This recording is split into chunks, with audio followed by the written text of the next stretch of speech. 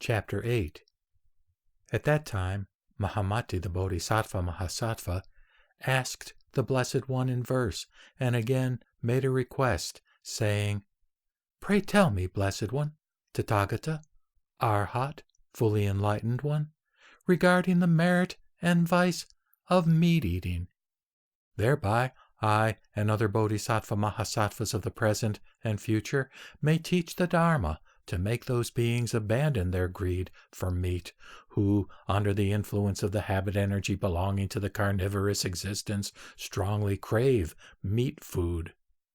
These meat-eaters, thus abandoning their desire for its taste, will seek the Dharma for their food and enjoyment, and, regarding all beings with love as if they were an only child, will cherish great compassion toward them. Cherishing great compassion, they will discipline themselves at the stages of bodhisattvahood, and will quickly be awakened in supreme enlightenment. Or, staying a while at the stage of Shravakahood and Pratyekabuddhahood, they will finally reach the highest stage of Tathagatahood.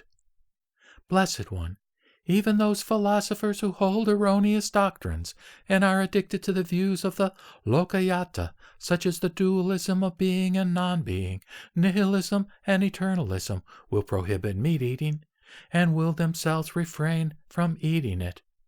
How much more, O world leader, he who promotes one taste for mercy and is the fully enlightened one?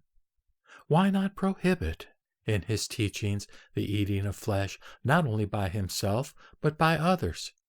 Indeed, let the Blessed One, who at heart is filled with pity for the entire world, who regards all beings as his only child, and who possesses great compassion in compliance with his sympathetic feelings, teach us as to the merit and vice of meat-eating, so that I and other Bodhisattva Mahasattvas may teach the Dharma."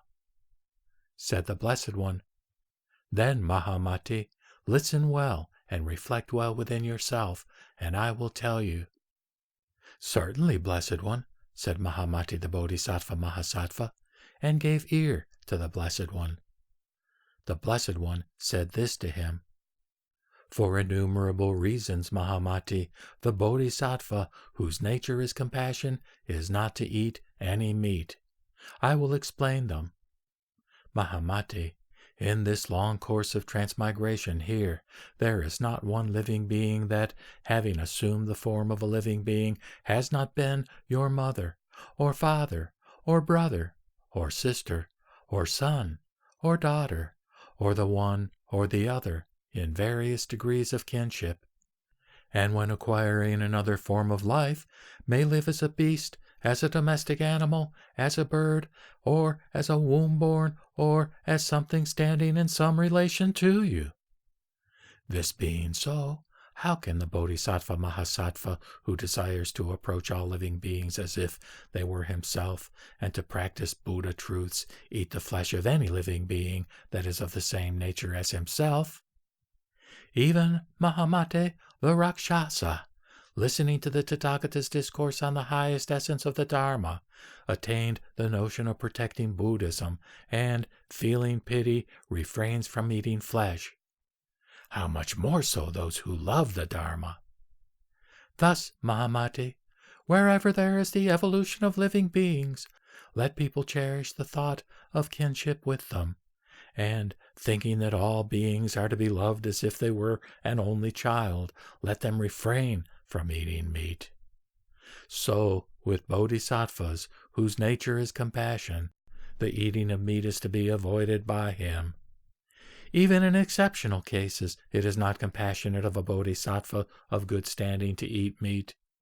The flesh of a dog, an ass, a buffalo, a horse, a bull, or man, or any other being, Mahamati, that is not generally eaten by people, is sold on the roadside as mutton for the sake of money. And therefore, Mahamati, the bodhisattva should not eat meat.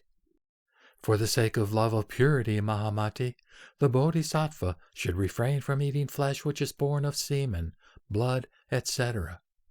For fear of causing terror to living beings, Mahamati, let the bodhisattva who is disciplining himself to attain compassion refrain from eating flesh. To illustrate, Mahamate, when a dog sees, even from a distance, a hunter, a pariah, a fisherman, etc., whose desires are for meat eating, he is terrified with fear, thinking, "They are death dealers, they will even kill me." In the same way, Mahamate, even those minute animals that are living in the air, on earth, and in water, seeing meat eaters at a distance, will perceive in them by their keen sense of smell the odor of the Rakshasa, and will run away from such people as quickly as possible. For they are to them the threat of death. For this reason, Mahamate, let the bodhisattva who is disciplining himself to abide in great compassion, because of its terrifying living beings, refrain from eating meat. Mahamate, meat is full of bad smell, and its eating gives one a bad reputation, which turns wise people away. Let the bodhisattva refrain from eating meat. The food of the wise, Mahamate, is what is eaten by the rishis. It does not consist of meat and blood.